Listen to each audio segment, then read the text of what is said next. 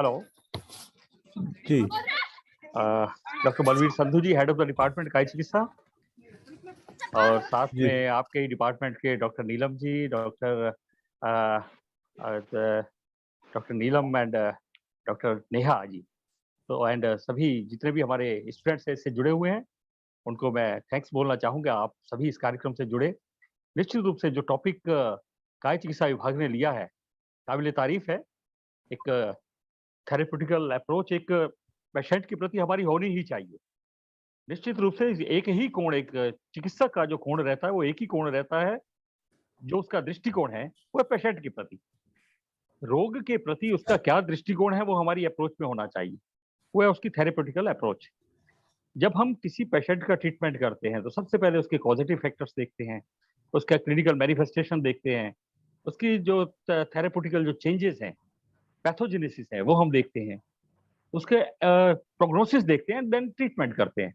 आयुर्वेद में क्लियर बताया गया है कि भाई अगर हम किसी पेशेंट को देखते हैं, तो उसका सबसे पहले निदान, पूर्व रूप, उपशय और संप्राप्ति, हर चीज बताई गई है। उसके बाद हम जाकर के उसका ट्रीटमेंट करते हैं। निश्चित रूप से अगर हम आयुर्वेद की शरण में पूर्ण रूप से जाएं एज ए वैद्य, या एक डॉक्टर की तरह हम चिकित्सा करें, तो पेशेंट के प्रति हमारा समर्पित भाव से ये होना चाहिए कि रोगी के प्रति हमारे भाव एक ही दृष्टिकोण होते हैं, वो उसका है क्लिनिकल अप्रोच। उसका चिकित्सीय दृष्टिकोण, हमारा जो एक ही दृष्टिकोण है, वो है चिकित्सीय दृष्टिकोण, और उसी कोण से हमें सोचना है कि पेशेंट हमारे लिए पेशेंट है, रोगी हमारे लिए रोगी है। रोगी को हम किस तरह से ठीक कर पाते हैं, उसकी स्थिति परिस्थिति, उसके व्यवहार, उसकी प्रकृति को जान करके हम उसका चिकित्सा करते हैं। आज हमारे साथ डॉक्टर सुखवीर वर्मा जुड़े हैं। डॉक्टर बलवीर संधू स्वयं काय चिकित्सा विशेषज्ञ हैं। निश्चित रूप से उनके द्वारा जो बताया जाएगा, जो समझा जाएगा, आप सभी के काम आएगा, जो भी हमारे स्टूडेंट जुड़े हैं, और निश्चित रूप से हमारे जो टीचिंग फैकल्टी के लोग भी जुड़े हैं, उनके लिए काफी उपयोगी होने वाला है, ऐसा मुझे लगता है। तो आप सभी को इस कार्यक्रम में जुड़ने के लिए और इस कार्यक्रम में पार्टिसिपेट करने के लिए मैं थैंक्स बोलना चाहूंगा, और निश्चित रूप से आप बहुत कुछ पा पाएंगे, ऐसा मैं आशा करता हूँ। Thank you very much. Thank you, sir. Thank you. Thanks a lot. Now the session will be continued by the hosting department of our college, that is Kaj Chikitsa department. So, Dr. Balbir Sandhu, please. Thank you doctor Ravinder Arora ji. और सबसे पहले मैं principal साहब का धन्यवाद करना चाहूँगा। उन्होंने अध्यक्षता करने के लिए हमें सहमति दी और समय निकाला दो शब्द कहने के लिए। अभी मेरी आवाज सभी तक पहुंच रही है? Yes sir, you are audible. Yes sir, yes, ठीक है। तो सबसे पहले मेरा कर्तव्य बनता है मैं डॉक्टर सुखवीर वर्मा जी का अपने ऑडियंस से परिचय कराऊं। डॉक्टर सुखवीर वर्मा मेरे अपने प्रिय छात्र रहे हैं, और सन 2002 में इन्होंने बीएमएस कंप्लीट किया।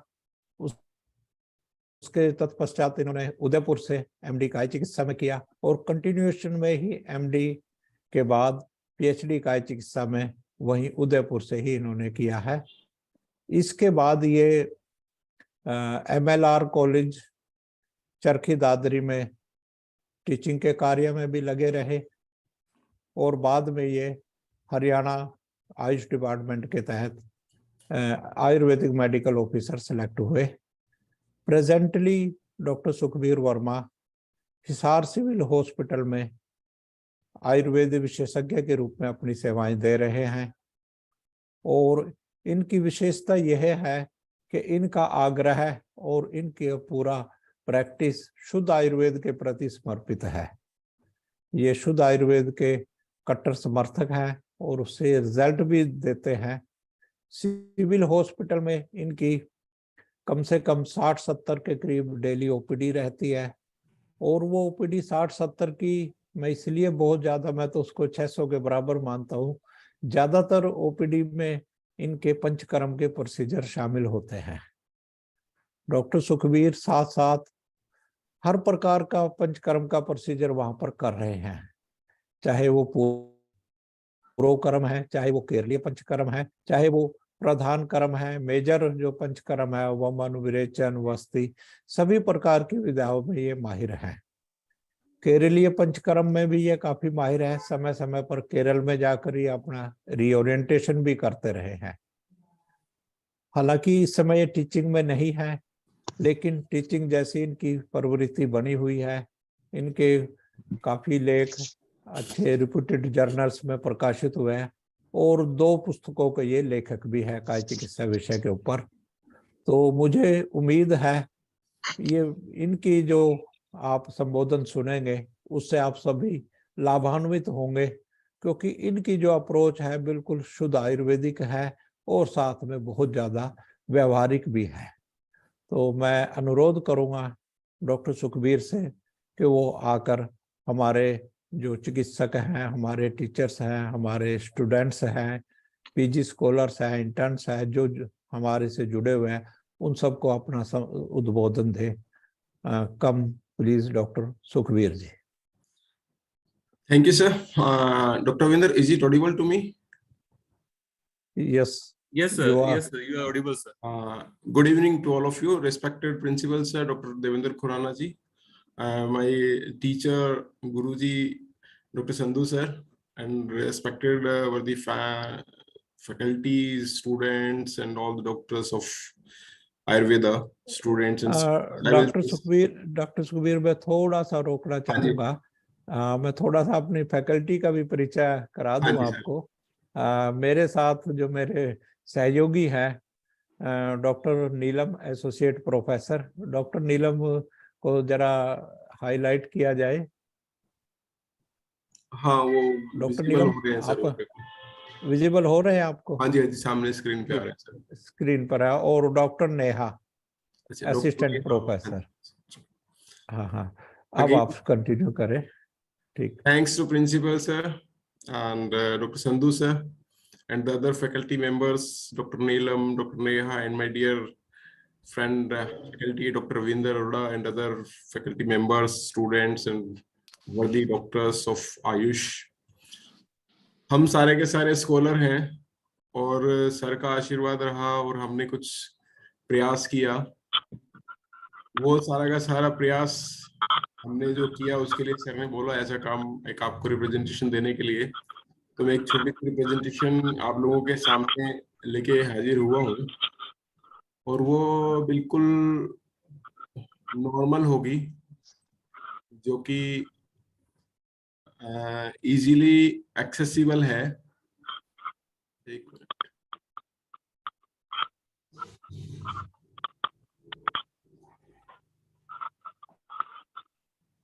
is it visible? Sir, not yet. Yes, sir. Now it's visible, sir. तो इसमें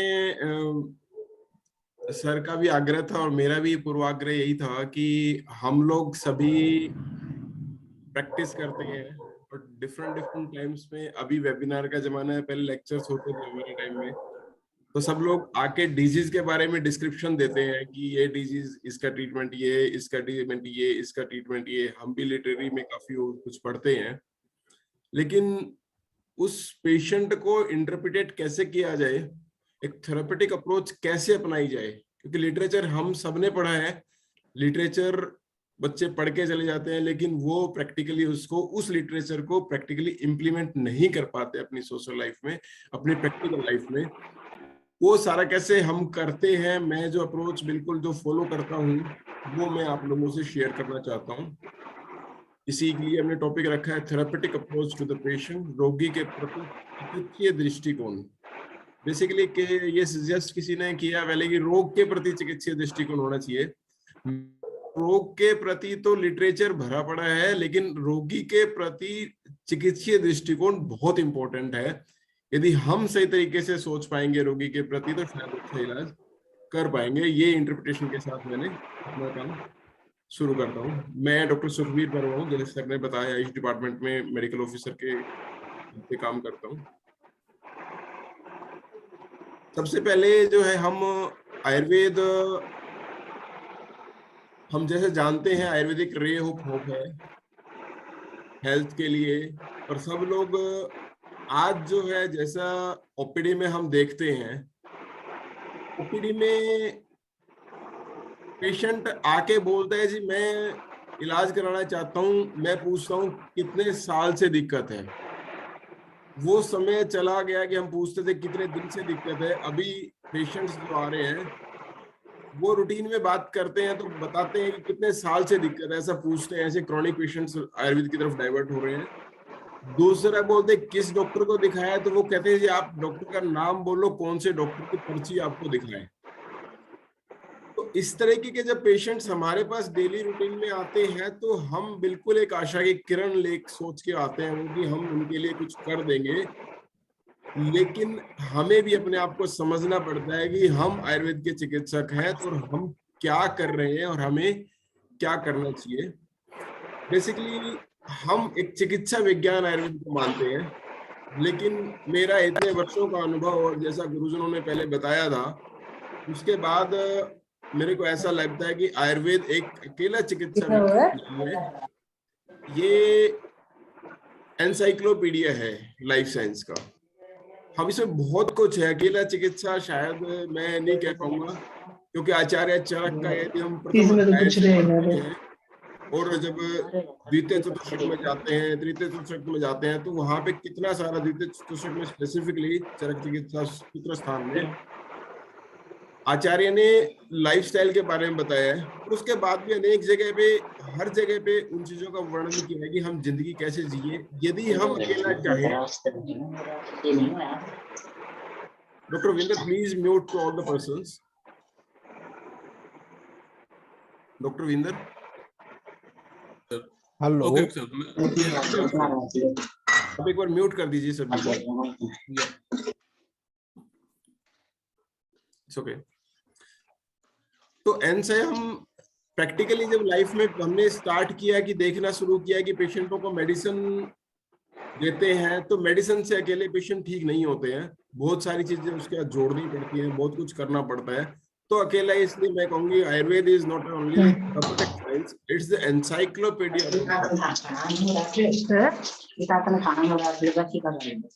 तू घर लीजिए खाना तेरे पे खा।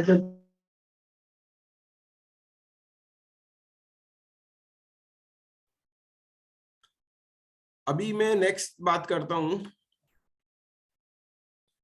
हमारे पास जो पेशेंट्स आते हैं हर एक के पास, तो उसमें प्रैक्टिकल प्रॉब्लम्स होती हैं बहुत सारी।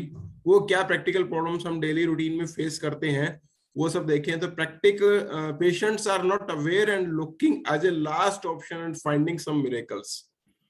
हर किसी को लगता है मैं बस कैंसर की लास्ट स्टेज में आयुर्वेद वालों के पास जाएंगे, वो कुछ चमत्कार कर देंगे।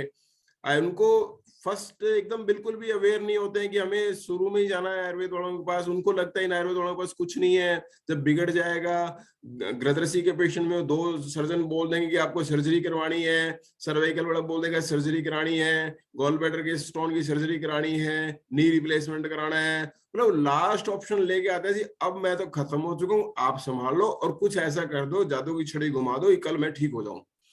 तो पेशेंट को ये बात पता होनी चाहिए, ये हमारी सोशल एक रिस्पॉन्सिबिलिटी है, मोरल रिस्पॉन्सिबिलिटी है हमारी उसकी लोगों की, कि ये पेशेंट्स को अवेयर करना चाहिए कि हम मिरेकल नहीं है, हम एक सिंपल ट्रीटमेंट पैथी है जो आपको चिकित्सा करेंगे।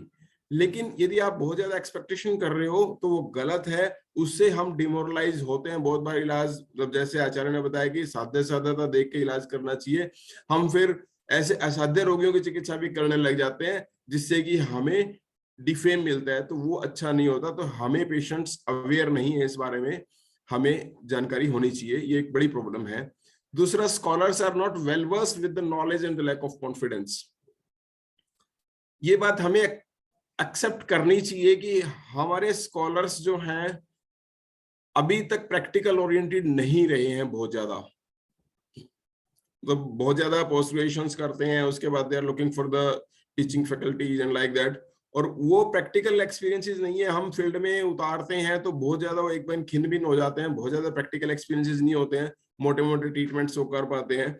लेकिन उनको एक ऐसा एक्सपर्ट्स बनाने की जरूरत है स्कॉलर्स को, और उनके अंदर कॉन्फिडेंस भरने की जरूरत है ताकि हम अच्छे से कर सकें।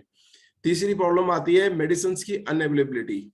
प्रैक्टिकली मान लो कि मेरे को यदि बल्लातक देना है तो शुद्ध बल्लातक नहीं मिलेगा, मेरे को यदि ताम्र का प्रयोग करना है तो मेरे को बहुत सारी मेडिसिन के लिए कंपनियों पे डिपेंड है, और वो क्वालिटी नहीं मिलती है, या बहुत सारे ऐसे द्रव्य हैं जो कि मार्केट में अवेलेबल नहीं होते, जैसे ऑस्टिवर्ग इत्यादि। तो सब सब्स्टिट्यूट्स के साथ हमें काम चलाना पड़ता है, एक बड़ी प्रॉब्लम है। चौथी बड़ी प्रॉब्लम आती है taste and palatability of the medicine. Patient आके कहता है जी कि आपकी दवाई बड़ी कड़वी है जी, काढ़ा कड़वा है जी। तो बहुत सारे बच्चे तो इसीलिए मेडिसिन नहीं लेते जी, आपकी दवाई कड़वी है।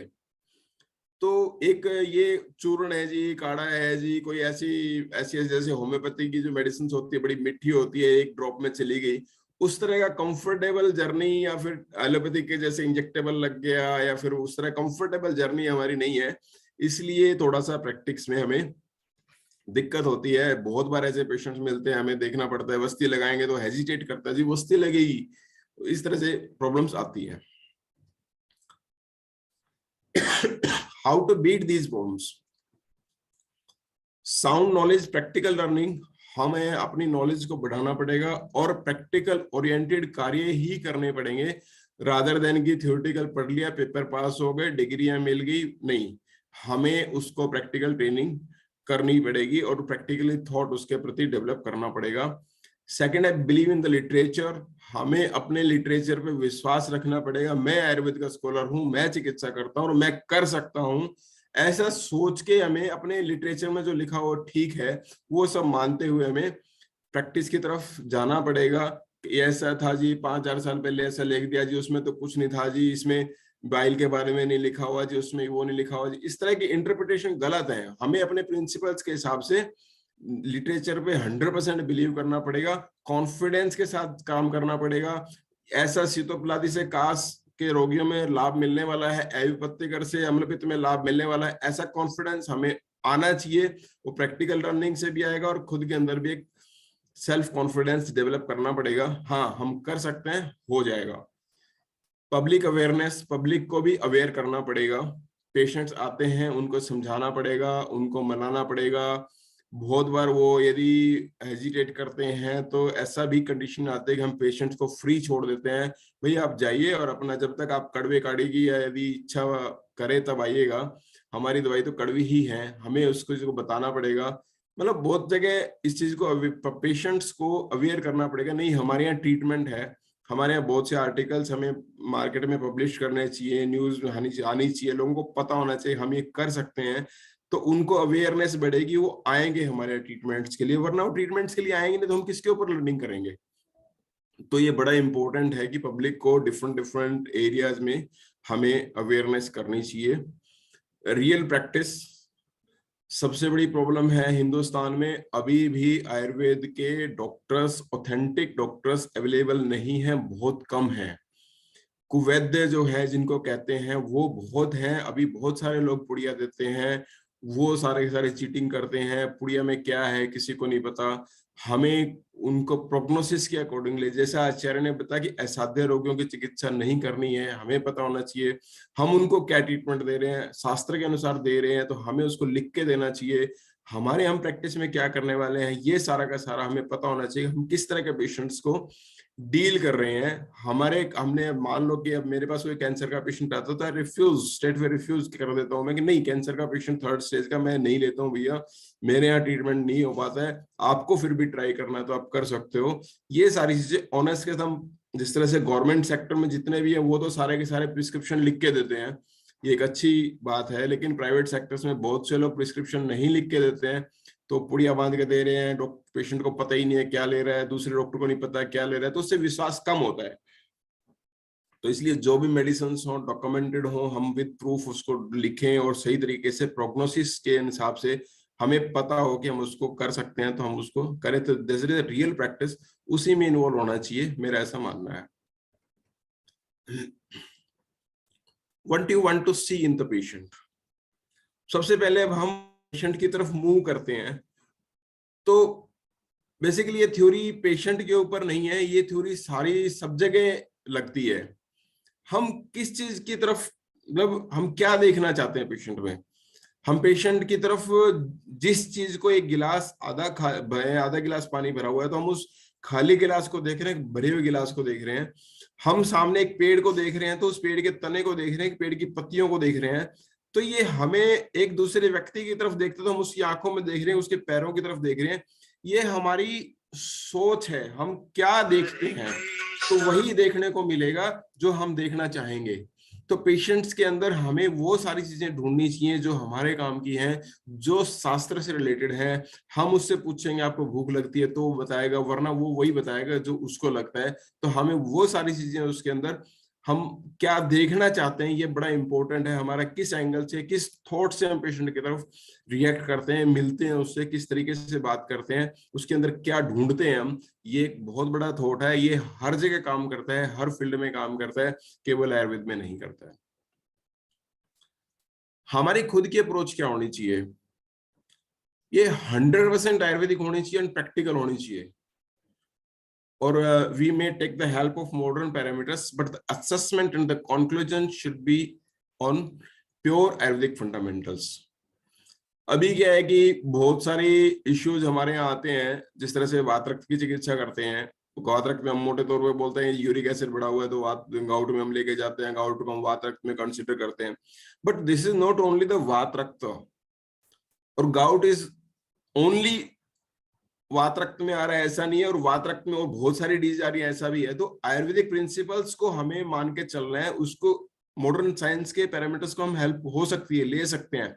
लेकिन जब भी हमारी किसी पेशेंट के प्रति कोई भी अप्रोच होती है, थॉट जो डेवलप करना है हमने पेशेंट के प्रति, वो हमारा का सारा थॉट जो है, असेसमेंट जो है, वो 100% आयुर्वेदिक होना चाहिए। हम पेशेंट में कहाँ वात को ढूंढ रहे हैं, कहाँ पित्त को ढूंढ रहे हैं, कहाँ कफ को ढूंढ रहे हैं, कहाँ भूताग्नि ढूंढ रहे हैं, कहाँ जठराग्नि ढूंढ रहे हैं, कहाँ धातु का देख रहे हैं, धातु अक्षय हुआ कि नहीं हुआ, धातु वर्धन हुआ कि नहीं हुआ, किस धातु का अक्षय हुआ, किस तरह से रस की पुष्टि होगी, कौन सी उपधातु का कैसा स्टेटस चल रहा है, वो सारे के सारी हमें आती होती है। और हम उन सब चीजों की तरफ गौर नहीं फरमाते, और केवल पैरामीटर्स को यदि देखेंगे, HB हो गया, कम हो गया है, या उसको TLC रेज हो गई। अभी मैं छोटा सा एग्जांपल दूं कि एक पेशेंट हमारे पास चल रहा है, उसकी TLC 16,000 थी, उन्होंने एंटीबायोटिक शुरू किया, उसके बाद TLC और बढ़ गई, लेकिन हमने उसको छोड़ दिया। We don't bother for the TLC। हमने ट्रीटमेंट स्टार्ट किया, 100% आयुर्वेदिक दिया, वापस उसकी TLC 3-4 दिन के अंदर वापस नॉर्मल होगी।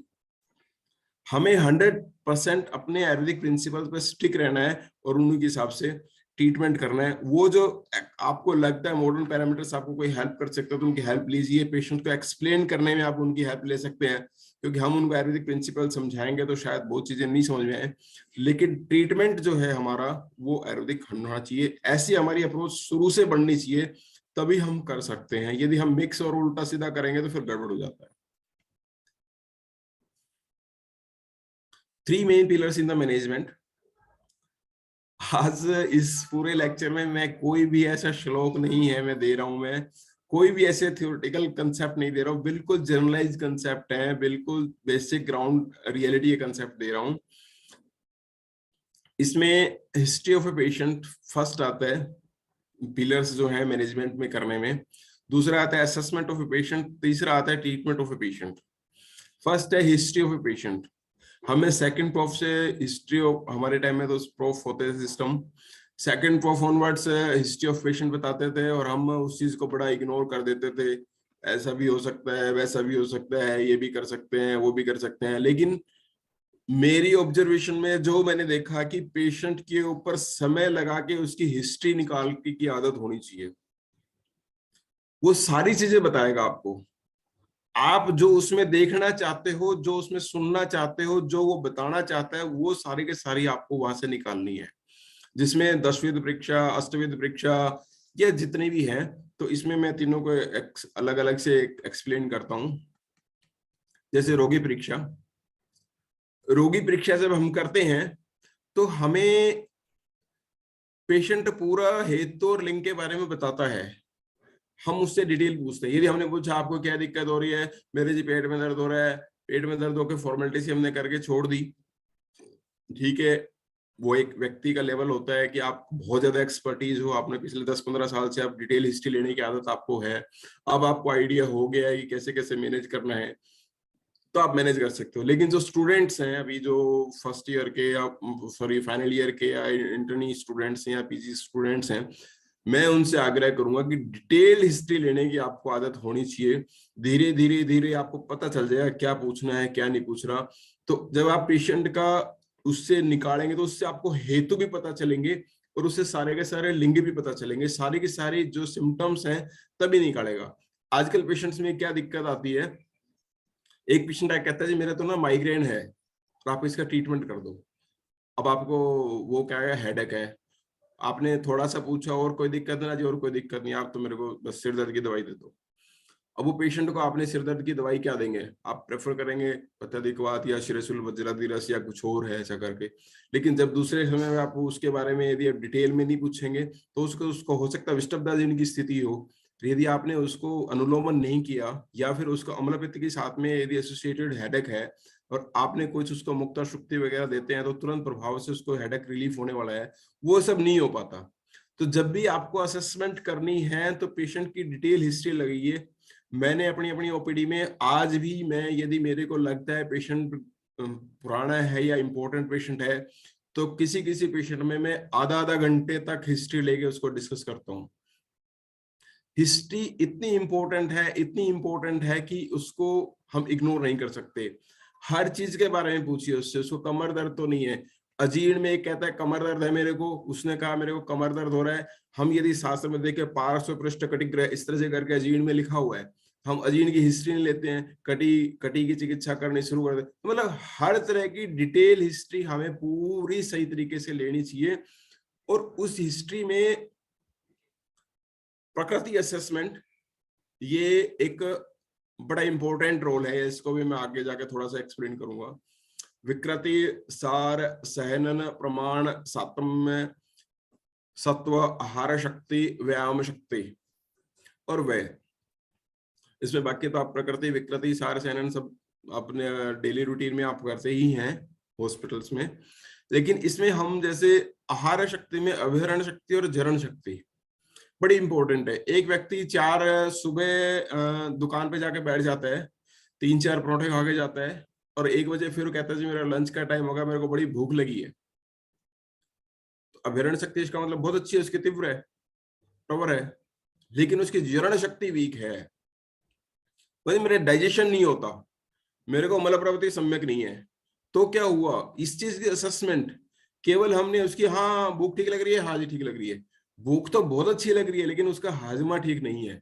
ये जब तक उसका जरण शक्ति सही नहीं है, उसका पाचन ठीक प्रकार से नहीं है, खाने से कुछ नहीं होता। बहुत से लोग आशीर्वाद देते हैं कि आपको बहुत कुछ खाने को मिले, बहुत कुछ मिले। मैं यदि मेरे कहता हूं तो मेरे को आशीर्वाद देगा कि बहुत अच्छे से पच जाए, कुछ भी खाएं। That is the important rather than की intake of diet. It is advisable to concentrate on the digestion power. तो मेरा ऐसा मानना है कि आहार शक्ति, अभिहरण शक्ति और जरण शक्ति बहुत इंपॉर्टेंट है पेशेंट के लिए।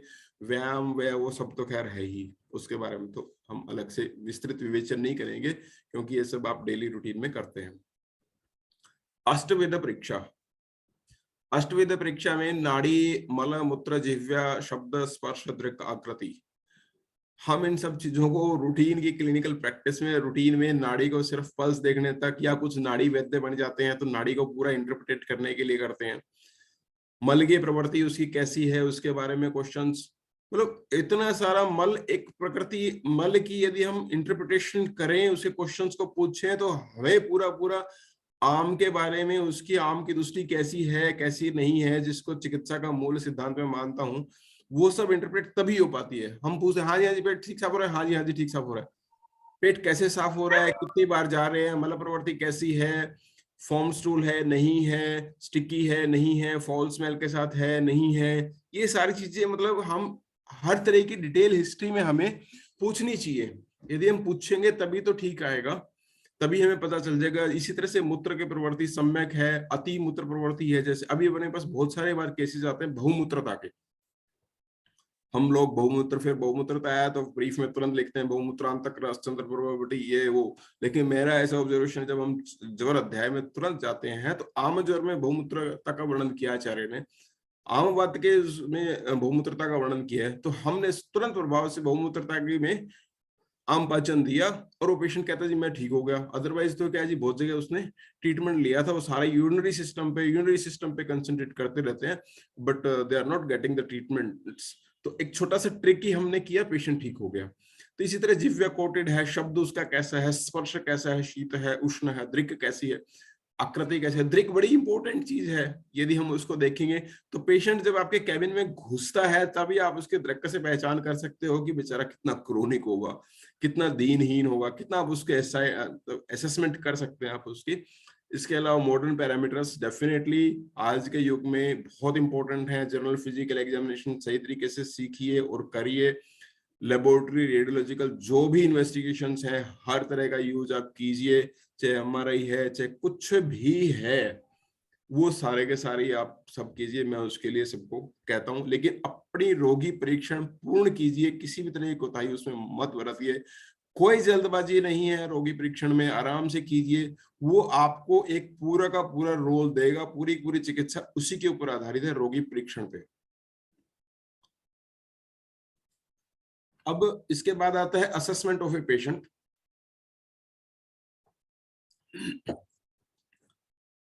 जब हम पेशेंट की असेसमेंट कर लेते हैं, रोगी परीक्षण कर लेते हैं, तो हमारे पास डाटा आ जाता है और हम प्रकृति और विकृति में डिफरेंस नहीं कर पाते बहुत बार। अभी जैसे सरकार ने एक चलाया कि प्रकृति असेसमेंट का एक टूल चलाया, ऐसा कि लोग प्रकृति असेसमेंट करें। मैंने ऐसा देखा बहुत बार कि पेशेंट आके बताता है हाँ जी भूख ठीक लगती है, कब्ज रहती है, हाँ जी कब्ज रहती है। अब वो कब्ज उसको प्रकृति के कारण है, ये सारा का सारा हम अपना असेसमेंट नहीं कर पाते। तो it is very mandatory for the treatment कि हम प्रकृति और विकृति, उस पेशेंट की क्या प्रकृति है और उसको क्या विकृति हुई है, उसकी प्रकृति की असेसमेंट हम पहले से, यदि उसके कुछ डिजीज से पहले के कुछ लक्षणों से कर सकते हैं, या नाड़ी से बिल्कुल आराम से आप प्रकृति की असेसमेंट कर सकते हैं। यदि आप किसी भी तरीके से नहीं कर पा रहे हैं तो नाड़ी एक सामान्य तरीका है, उसको प्रेशर दे करके रिलीज करते हैं तो हम प्रकृति की असेसमेंट कर सकते हैं। और प्रकृति के असेसमेंट के बाद आप लगा सकते हो कि उसकी विकृति आप निकाल सकते हो। बहुत बार हम क्लिनिकली कोशिश करते हैं, प्रकृति और विकृति में डिफरेंस नहीं कर पाते, तो नाड़ी चिकित्सा की हेल्प लेनी पड़ती है। तो मैं तो ये कहता हूँ कि प्रकृति और क्या है, विकृति क्या है, उसकी असेसमेंट, और प्रकृति समसंवेद और विकृति विषम संवेद, उसकी असेसमेंट हमें आनी चाहिए। अब हम जब प्रकृति और विकृति की बात कर लेते हैं तो हमें पता चल जाता है विकृति है। विकृति में हम फिर दोषों की कल्पना तो हमें पता चल जाती है, इसमें दोष वात बढ़ा हुआ है, पित्त बढ़ा हुआ है, कफ बढ़ा हुआ है, वात क्यों बढ़ा हुआ है, पित्त क्यों बढ़ा हुआ है, यहाँ अग्नि ज्यादा क्यों है, कफ क्यों बढ़ा हुआ है, वो सारा हेतु से असेसमेंट हम कर सकते हैं। लेकिन उन दोषों की अंशांश कल्पना हमें बहुत, जब हम बीएमएस फर्स्ट ईयर में आए थे 1995 में, उस समय कहते थे यार दोषों की अंशांश कल्पना करनी चाहिए, लेकिन वो बहुत लंबे समय तक समझ में नहीं आई। तो बाद में उसको जब असेसमेंट किया तो पराधी गुण जो है हमारे, उनको तरतम भाव से जब हम असेसमेंट करते हैं तो दोषों की अंशांश कल्पना हम कर सकते हैं। ये दोषों की अंशांश कल्पना 100% मैथमेटिकल कैलकुलेशन है। इसको अभी हम मैथमेटिकल उसमें ढांचे में नहीं शिफ्ट कर पाए हैं, लेकिन समय रहा और हम यदि कुछ कर पाए आगे, तो मेरा एक जिज्ञासा रहेगी कि इसमें हम एक मैथमेटिकल असेसमेंट बच्चों को दे पाए, आने वाली पीढ़ियों को, कि वो आराम से उसका असेसमेंट कर सकें कि वात कितना है, पित्त कितना है, कफ कितना है, इसकी प्रकृति ये थी, इसकी विकृति ये है, इसमें ऐसे गुण के कारण ऐसा, मतलब वो इस तरह से कर पाए। ऐसी अपेक्षा मेरी है और मैं कोशिश करूंगा इसको करने की। इसी तरह से जब दोषों की अंशांश कल्पना हम करते हैं, इस तरह से हमें महाभूतों की अंशांश कल्पना भी चिकित्सा हमें बेस रखनी चाहिए। वो बड़ा एक सिंपल मेथड होता है और बहुत अच्छे से उसमें हम कर पाते हैं। अब ये हमने असेसमेंट कर लिया कि पेशेंट की विकृति क्या है, कौन से दोष कितने उसके बढ़े हुए हैं, किस तरह से उसकी प्रॉब्लम्स क्रिएट कर रहे हैं वो, और अब उसकी चिकित्सा से पहले हमें उसकी अग्नि, कोष्ठ और आम का असेसमेंट भी करना पड़ेगा। अब पेशेंट कहता है मेरे को तो भूख बहुत ज्यादा लगती है, आपने तो कह दिया जी भूख बहुत ज्यादा, जिस तरह से अभी पहले मैंने बताया अभिरण शक्ति तो बहुत अच्छी है लेकिन जरण शक्ति नहीं है। मैं उसको हरित की दूंगा तो उसको विरेचन हो जाएगा, यदि कुट की दूंगा तो मल प्रवृत्ति भी नहीं होगी। तो कोष्ठ की परीक्षा बड़ी इंपॉर्टेंट है। और आम की असेसमेंट, सेम एग्जांपल यदि दूं मैं, कि इच्छाभेदी रस से भी विरेचन नहीं होता और हरित की से भी विरेचन हो जाता है। सेम कोष्ठ के व्यक्तियों में यदि आम पाचन हो चुका हो। तो यदि किसी को आम पाचन नहीं है तो आप उसको, जिस तरह से कई बार हम विरेचन कराते हैं, स्नेहपान करा दिया और उसके बाद आम पाचन कराना होता है विरेचन से पहले, और यदि सही तरीके से हम आम पाचन नहीं करा पाते तो बहुत बार ऐसे हम इच्छाभेदी रस या कुछ अव्याधि मोदक या कुछ ऐसा प्रयोग देते हैं तो उसको विरेचन नहीं होता। और कभी कभी जिस ऐसा असेसमेंट किया और बाद में क्या हुआ कि इसका बहुत अच्छा आम पाचन हो गया, स्नेहपान किया, तो उसको हरित की भी देते हैं तो बहुत अच्छा उसके मूल प्रवृत्ति के साथ अच्छा विरेचन हो जाता है। कभी कभी सामान्य औषध से विरेचन हो जाता है। तो अग्नि, कोष्ठ और आम की असेसमेंट करनी बहुत जरूरी है। बहुत ज्यादा मेडिसिन दे के किसका डाइजेशन करेंगे, मेडिसिन का भी डाइजेशन कैसे करेंगे, उसको भी तो अग्नि चाहिए ना। आप पेशेंट को पैरों में दर्द है, भूख लगती नहीं है, आपने अश्वगंधा चूर्ण दिया, अश्वगंधा को डाइजेस्ट कौन करेगा, उसके लिए भी तो उसको अग्नि चाहिए। तो अग्नि की असेसमेंट, कोष्ठ की असेसमेंट और बाकी दोषों की असेसमेंट करना बहुत इंपॉर्टेंट है। और इस सारी असेसमेंट के लिए छोटी छोटी चीजों को सोचना, think about the small things. मतलब एक पेशेंट कहता है जी मेरे को ये दिक्कत सुबह होती है, तो असेसमेंट कैसे, उसकी कफ के काल में से प्रॉब्लम हो रही है, तो ठीक है कफ, उसको कफ के अनुबंध है कहीं पे, उसको देखना पड़ेगा। कोई कह रहा है जब जिस तरह ज्वाइंट पेन के पेशेंट में मान लो स्पेसिफिकली हम कहते हैं कि सुबह मेरे सुबह उठता है घुटनों में दर्द होता है, इट मींस कफ के अनुबंध है उसमें। एक कहता है नहीं जी मेरे को तो शाम को होता है, इसका मतलब वात का अनुबंध है वहां पे।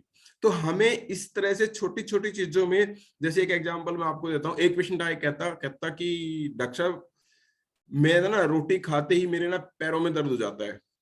अब असेसमेंट क्या करें कि क्या उसके पैरों में कुछ वेरिकोज वेन होंगी, क्या उसकी पोजीशन गलत होगी, या होगा वो होगा, इस तरह 36 चीजें सोची। लेकिन एक सोच सकते हैं, छोटे से सोच क्या है कि मैंने खाना खाया, खाते ही आमाशय में कफ की वृद्धि होती है और उसके बाद उसके पैरों में दर्द हो जाता है।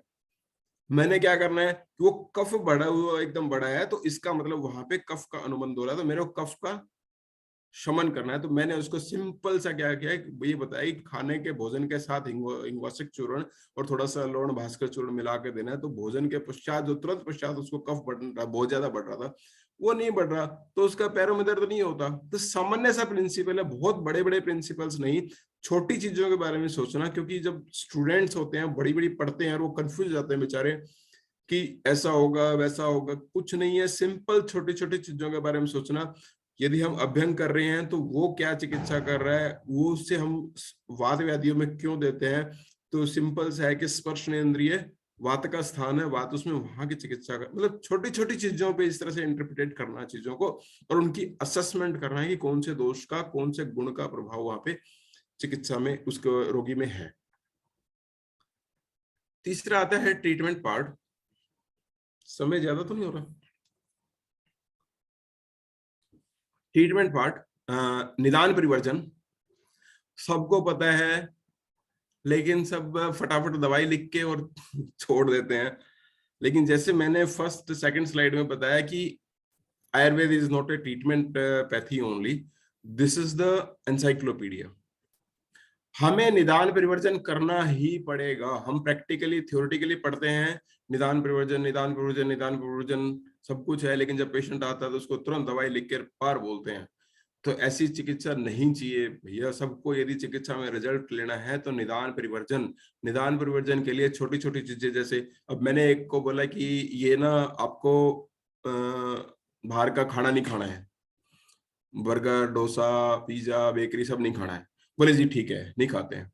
अगली बार पेशेंट आया, मैं बोले जी ठीक नहीं हुआ, मैं आपने वो सब बंद कर दिया क्या? हाँ जी हाँ मैंने बंद कर दिया, आजकल हम घर लाके बनाते हैं उसको। तो निदान परिवर्जन कहाँ हुआ?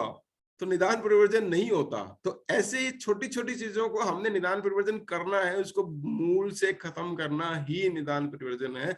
और उसके जब तक पेशेंट उस चीज को एग्री नहीं करता है तो ट्रीटमेंट भले ही रोक दो, मत करो, लेकिन निदान परिवर्जन के बिना आगे मत बढ़ो। This is the very important. Care plan, चिकित्सा सूत्र। हमारे जब एक पेशेंट होता है, हर पेशेंट हमारे लिए एक प्रोजेक्ट होता है, और एक प्रोजेक्ट के बारे में हमें पूरी पूरी क्लियर कंसेप्ट होना चाहिए कि हम क्या निदान परिवर्जन करा रहे हैं, इसका क्यों करा रहे हैं, क्या आगे चिकित्सा देने वाले हैं, क्या इसको डाइट चलेगी, कैसे कैसे प्लान करेंगे, अभी हम ये करेंगे, वो करेंगे, उसके बाद शोधन कब करेंगे, रसायन कब देंगे या नहीं देंगे, किस तरह से, क्या एक रफ आइडिया अपने दिमाग में होना चाहिए। ये नहीं कि आज दे दिया ठीक है, कल दे दिया ठीक है, नहीं देंगे तो भी ठीक है, ऐसा नहीं। हमें रफ आइडिया अपने दिमाग में एक चिकित्सा सूत्र जो है रोगी के प्रति बनाना चाहिए, ऐसा मेरा मानना है। अब थर्ड आता है कि आहार। निदान प्रयोजन में सब कुछ आता है, आहार यहाँ स्पेसिफिकली मैं निदान प्रयोजन के पॉइंट ऑफ व्यू से नहीं कहूंगा। हमें हर रोगी को डाइटरी बताना चाहिए, असेसमेंट करनी चाहिए कि हाउ, कैसे खाना है खाना, व्हेन, कब खाना है, व्हाई, क्यों खाना है, और व्हाट, क्या खाना है। अभी पेशेंट क्या करते हैं, सब कुछ ठीक है जी, लेकिन मैं क्या करता हूँ, खाना खाने बैठता है तुरंत फटाफट फटाफट खा गया, टीवी देखते हुए खा रहा है। लेकिन आचार्य ने कहा है तनोना बुंजीत, वो हम नहीं देखते हैं 10 कंसेप्ट जो आचार्य ने बताए उनके। तो पेशेंट को आप चाहे मास लेवल पे अवेयर करें, चाहे पर्सनल पेशेंट को अवेयर करें, या फिर आप केवल उन पेशेंटों में टारगेट, एक्चुअली हमारे पास, हम सीधी सी बात है कि इतनी सारी ओपीडी में हर पेशेंट को एक तरह की कंसंट्रेशन नहीं दी जा सकती, तो हमें पेशेंट भी निपटाने होते हैं, सिस्टम में बैठे हैं। तो होता है कि हम पेशेंट का सिलेक्शन कर लेते हैं, ये पेशेंट हमारे पास, मतलब जिस तरह से मेरे 60 की ओपीडी में देख रहा हूँ, तो मैं देख लेता हूँ 40 पेशेंट, ये वाले जो पेशेंट आए हैं ना, इनमें से मेरे को बहुत अच्छे से करना है। और ये 30 पेशेंट हैं, कुछ पुराने पेशेंट आ गए इसमें, कुछ और आगे उनको फॉलोअप में चल रहे हैं, कुछ ऐसा है कि जो हर तरीके के हैं। तो ऐसे पेशेंट को हमें डिफरेंशिएट, चाहे आप 10 रखो चाहे 5 रखो, लेकिन ऐसे पेशेंट आप जितने भी मैनेज कर सकते हो उतने में ठीक तरीके से कम आप स्टार्ट कीजिए। आपकी नॉलेज बढ़नी चाहिए, आपको पता होना चाहिए कि patient how to eat, when to eat, why to eat, what to eat. द्विकालिक भोजन है जैसे, या मतलब सारी चीजें आहार के बारे में हमें खुद क्लियर पता होना चाहिए।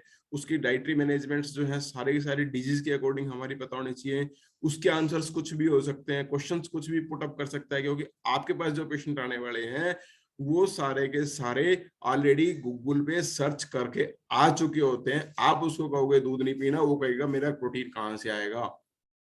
आप कहोगे दूध नहीं पीना, वो कहेगा मेरा कैल्शियम कहाँ से आएगा। तो सबके आंसर आपको देने हैं। दूध कब पीना है, वो पूछेगा दूध कब पीना है, क्यों पीना है, छाछ किस टाइम पीनी है, कैसे, हर चीज का आंसर आपके पास होना चाहिए। इट मीन्स हमारा जो लिटरेरी कंसेप्ट है वो पूरा क्लियर होना चाहिए, और किसी भी चीज के बारे में कोई संशय नहीं होना चाहिए। और एक क्लिनिकल टिप आपको मैं दे देता हूँ कि यदि आपको नहीं भी पता है तो कॉन्फिडेंस का कुछ भी बोल दो, अगली बार पढ़ के बता देना उसको। इससे क्या होता है कि आपका कॉन्फिडेंस बिल्ड दिखेगा, तो पेशेंट स्ट्रिक्टली फॉलो करेगा उसको, और वो होना ऐसा ही चाहिए। कई बार क्या है कि आपको ये नहीं पता कि इस व्याधि में भिंडी खानी चाहिए कि नहीं खानी चाहिए, आप कंफ्यूज है, मना कर दो उसको, नहीं खानी। तो इसलिए उस सब चीजों के बारे में डरने की जरूरत नहीं है, बस कॉन्फिडेंस के साथ, नॉलेज के साथ फेयर होना चाहिए, क्योंकि आपको क्रॉस चेक करने वाला है कहीं ना कहीं दूसरी जगह जाके।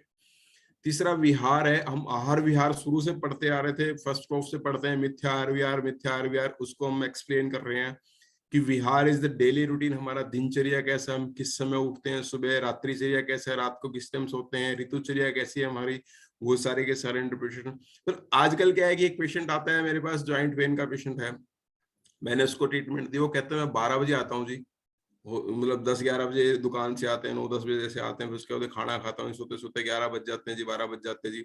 मैंने डॉक्टर साहब योगा शुरू कर दिया। हाँ जी, क्या किया? बोले सुबह 5 बजे उठ के ना, 4 बजे उठ के मैं योगा करता हूँ।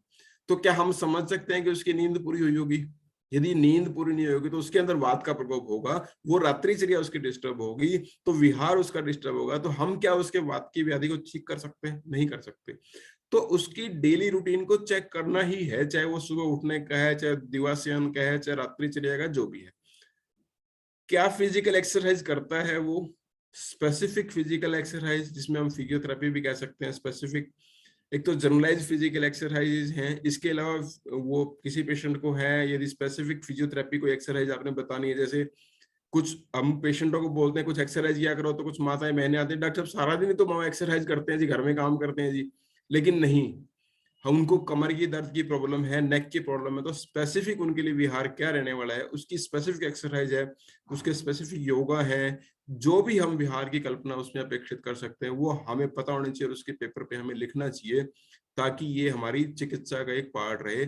चारों पॉइंट में निदान परिवर्जन हमारा चिकित्सा सूत्र हमारा हो, आहार हम उसको क्या दे रहे हैं ये तय हो, विहार क्या दे रहे हैं ये तय हो।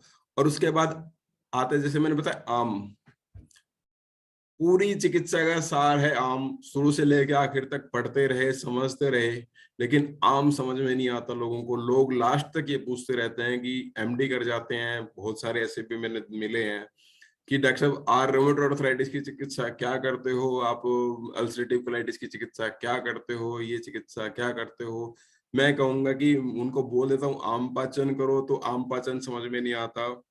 आम पाचन अपने आप में एक बहुत बड़ा वास्ट सब्जेक्ट है, लेकिन फिर भी मैं छोटे से लाइन में इसको लिख रहा हूँ कि हमें हर पेशेंट का आम पाचन करना चाहिए। यदि आम की असेसमेंट और आम का पाचन नहीं किया तो आपकी चिकित्सा सफल नहीं हो सकती, चाहे आप किसी को कुछ भी दे लो। ये एक सूत्र है जो मैंने अपनी चिकित्सा में असेसमेंट किया है कि आम पाचन करना ही मैंडेटरी है, चिकित्सा का सबसे पहला सिद्धांत है। उसमें आप को आम पाचन कौन सा करना है, तिक्त से करना है, लवण से करना है, कटु से करना है, अम्ल से करना है, वो कौन सा पाचक देना, हमारे पास बहुत सारे हैं। अजवाइन भी हो सकता है, किरातिक भी हो सकता है, पंचतिक्त भी हो सकता है, लवण भास्कर भी हो सकता है, लहसुन आदि भी हो सकता है। वो क्या हमने आम पाचक देना है वो हमारे ऊपर डिपेंड करता है। उसकी सर्वज्ञता हमारी, उसकी नॉलेज हमें खुद को होनी चाहिए, मेरा ऐसा मानना है। तो इसलिए आम का असेसमेंट और आम का पाचन बहुत इंपॉर्टेंट है। चाहे आचार्य ने कहीं भी देखो सबसे पहले आम पाचन का वर्णन किया है। और आज अभी हम कुछ कहना शुरू किया, देखा है कि जब इन्फेक्टिव स्टेजेस हैं उसमें भी यदि आम पाचन करते हैं तो श्रेष्ठ रिजल्ट मिलते हैं। कोविड में भी हमने देखा कि षडंग पानी है, तो हम उसमें भी देखें तो क्या प्रपटको शीर चंदनोदिच्य नाग्रह, तो मतलब सारे के सारे आम पाचन ही है वहां पे भी। तो ये सारे के सारे हमें आम पाचन पे सबसे ज्यादा कंसंट्रेट करना चाहिए। चिकित्सा का सर्वोपरि सिद्धांत में इसको मानता हूँ। उसके बाद आपको आम पाचन के बाद कोई भी एक दोष विपरीत चिकित्सा या व्याधि विपरीत चिकित्सा, वो अपने अपने एक स्टाइल होते हैं कुछ ट्रीटमेंट करने के। कुछ लोग यदि आप दोषों के अनुसार कल्पना अच्छे से कर पाते हैं तो दोष विपरीत चिकित्सा भी कर सकते हैं, और यदि नहीं कर पाते हैं तो व्याधि विपरीत चिकित्सा भी कर सकते हैं। व्याधि विपरीत जैसे हृदय रोगों में अर्जुन का प्रयोग करते हैं हम, तो ये व्याधि विपरीत चिकित्सा होगी। यदि हृदय रोगों में दशमूल का प्रयोग करेंगे तो वात व्याधि दोष विपरीत चिकित्सा होगी। जैसे आचार्य ने शालपर्णी का प्रयोग बताया है या चतुष्पर्णी का प्रयोग आचार्य ने हृदयगत वात में शालपर्णी का क्षीरपान बताया है, या अर्जुन का क्षीरपान यदि आप करेंगे तो आचार्य चक्रवर्ती ने बताया। तो वो अलग अलग दोनों वो तब इंटरप्रिटेशन दोष के अकॉर्डिंग करना है या व्याधि के अकॉर्डिंग करना है, वो आपको डिसाइड करना है। आपकी नॉलेज कैसी है उसके हिसाब से डिसाइड करना है। और उसका वाइज ड्रग सिलेक्शन 100%। मेरे को याद है संधू सर ने हमें एक चीज बताई थी कि ड्रग सिलेक्शन एकल ड्रग की तरफ हमें बढ़ना चाहिए। हर एक द्रव्य के बारे में हमें नॉलेज होनी चाहिए। मतलब यदि काय चिकित्सक हो तो वो नॉलेज नहीं चाहिए कि वो द्रव्य कहाँ पैदा हुआ, उसका लेटिन नेम क्या है, उसके पर्याय क्या है, नहीं। यदि आप काय चिकित्सक तो आपको उसका रसगुण पाक प्रभाव और उसका इफेक्ट कहाँ पे है ये होना चाहिए। हाँ, वो पैदा होगा कैसे होगा, कहाँ से मिलेगा, वो सारे एक चिकित्सा के एक मूल सिद्धांत में तो आता है। लेकिन हमारी स्पेशलिटी यदि हमारे काय चिकित्सा में देखें तो मैं उसको ज्यादा बोदर नहीं करता, क्योंकि वो बस हमें इतना होना चाहिए कि अच्छी क्वालिटी का मिल रहा है, तो वो इम्पोर्टेंट है। क्योंकि इतनी सारी नॉलेज हम अपने आप में अंदर प्रोपोगेट भी नहीं कर सकते। तो वाइज ड्रग सिलेक्शन, हम क्या ड्रग सिलेक्ट कर रहे हैं, क्यों कर रहे हैं, ये बहुत इंपॉर्टेंट है। ये हमें हर पेशेंट के प्रति असेसमेंट करनी चाहिए। मिनिमम एंड टारगेटेड मेडिसिन हमें अभी बहुत बार देखते हैं, किसी भी संस्था का नाम नहीं लूंगा, या बहुत सारे चिकित्सक देखे हैं मैंने, 10-10, 15-15 मेडिसिन से एक पेशेंट को लिख देते हैं। और वो पेशेंट बहुत बार पूछता है डॉक्टर साहब मेडिसिन खाऊं कि रोटी खाऊं। लेकिन मेरी अपनी चिकित्सा में मैंने ऐसा देखा है, मैं अपनी चिकित्सा में अपने को लिमिट किया है, मैंने 2 या 3 मेडिसिन मैक्सिमम में देता हूँ हर पेशेंट को बस। किसी में 4 हो जाए, कोई ऐसा है तो, अदरवाइज कोशिश कीजिए कि 1, 2, 3 मैक्सिमम मिनिमम मेडिसिन की तरफ अपने आप को टारगेट कीजिए। और वो तभी कर पाएंगे आप जब आपका ड्रग सिलेक्शन ठीक होगा। ड्रग सिलेक्शन तब ठीक होगा, आपको ड्रग्स की पूरी लक्ष्मी विलास रस में क्या है, आनंद भैरव रस और लक्ष्मी विलास रस में क्या फर्क है, ये आपको पता होना चाहिए। रस राजा रस में क्यों दे रहा हूँ या योगेंद्र रस क्यों नहीं दे रहा हूँ, ये आपको पता होना चाहिए। यहाँ मैंने वृत्तवा चिंतामणि दिया है तो योगेंद्र क्यों नहीं दिया, ये मेरे को पता होना चाहिए। जब हमें सिंहनाथ गुगलू के बारे में और केशव गुगलू के बारे में, या केशव और अमृता गुगलू में, दोनों में डिफरेंस देखना है तो क्या देखना है हमें, ये सारे के सारे एक एक जो उसकी ड्रग सिलेक्शन है उसके लिए ड्रग की पूरी नॉलेज होनी चाहिए, क्योंकि हम तभी उसको मिनिमम कर सकते हैं, टारगेटेड मेडिसिन कर सकते हैं। Proper understanding and the counselling about the medicine to the patient हमने मेडिसिन लिख दी लेकिन पेशेंट सही तरीके से ले नहीं पा रहा है, उसको समझ में नहीं आई है, उसको कंसेप्ट क्लियर नहीं हुआ है, उसने काढ़ा ठीक से नहीं बनाना आता है। ये बड़ा इंपॉर्टेंट रोल है, इसलिए इसको प्रॉपर अंडरस्टैंडिंग हो, डाइट वाइट सब उसको समझाए जाए। आपका प्रिस्क्रिप्शन जो औषध व्यवस्था पत्र जो है उसको पूरा समझ में आना चाहिए। ये हमारी मॉरल रिस्पॉन्सिबिलिटी भी है, और यदि नहीं आएगा तो पेशेंट ठीक नहीं होगा, वो कुछ ना कुछ उल्टा सीधा जाके गड़बड़ करेगा ही करेगा। वो फिर आप कहेंगे जी मैं ठीक नहीं हुआ, तो ठीक कैसे होगा? क्योंकि उसने दवाई ली नहीं, क्योंकि आपने बताया कि भोजन, ये मेडिसिन भोजन से पूर्व लेनी थी क्योंकि वो अपान की वायु की दृष्टि की थी। आपने बताया कि ये भोजन, ये मेडिसिन रात को लेनी थी क्योंकि वो उदाहरण विकृति की वायु आपने दी थी। अब वो कब ले रहा है अपने हिसाब से ले रहा है, आपने बड़ी नॉलेज के साथ लिखा है लेकिन वो सही तरीके से नहीं ले रहा है तो वो गड़बड़ हो जाता है। इसलिए उसको सही तरीके से प्रॉपर अंडरस्टैंडिंग होनी चाहिए। नेक्स्ट स्टेप आता है शोधन, रसायन, कल्प चिकित्सा। आप आगे बढ़ सकते हैं क्योंकि क्षय वैगुण्य दूर करने के लिए स्पेसिफिक मेडिसिन से नहीं, रसायन या शोधन के पश्चात रसायन या कल्प चिकित्सा का सहारा आपको लेना पड़ेगा। आप किसी भी तरफ मूव कर सकते हैं लेकिन प्रॉपर प्रोसीजर के साथ, प्रॉपर एजुकेशन के साथ और प्रॉपर सिलेक्शन के साथ हमेशा बढ़िए, पढ़िए और उसको एक्सेप्ट कीजिए और इम्प्लीमेंट कीजिए, तभी रिजल्ट अच्छे मिलेंगे। हमें क्लियर रहना चाहिए हमारे स्पेशलिटी के बारे में, जुरिस्डिक्शन मेरा क्या है उसके बारे में। मैं ये पेशेंट ले सकता हूँ, नहीं ले सकता हूँ, मेरे का चिकित्सा का काम है, मैं कर रहा हूँ। मैं किसी और डिपार्टमेंट में इंटरफेयर नहीं कर रहा हूँ, मैं रस में नहीं कर रहा हूँ, मैं गायनी में नहीं कर रहा हूँ, मेरा ये काम नहीं है, मैं नहीं कर रहा हूँ। मेरी ये स्पेशलिटी है, मैं ये पेशेंट देखता हूँ, मैं ये नहीं देखता हूँ। अपने तक ही सीमित रखिए, अननेसेसरली जैक ऑफ ऑल मत बनिए, मास्टर बननी है जिसका ये बनना है अच्छे से कीजिए ताकि आपको पूरा क्लियर रहे concept. About the prognosis, definitely आपको पता होना चाहिए, यू शुड एक्सेप्ट कि ये मेरे से नहीं होगा। अब बहुत सारे पेशेंट्स हैं जैसे कि एजोस्पर्मिया के लिए बहुत सारे डॉक्टर्स कहते हैं कि नहीं मैं ठीक कर दूंगा, बहुत सारे क्लेम करते हैं। मेरे पास पेशेंट आता है जी एजोस्पर्मिया, मैं कहता हूँ भाई मेरे से ठीक नहीं होगा, आपको ट्रायल करनी है, आप ट्रीटमेंट ले सकते हो, ओवरनाइट मेरे से ठीक होने वाला नहीं है। जिससे ठीक होता है उससे करा लीजिए, लेकिन मेरे कंसेप्ट में मेरा प्रोग्नोसिस इस डिजीज में अच्छा नहीं है।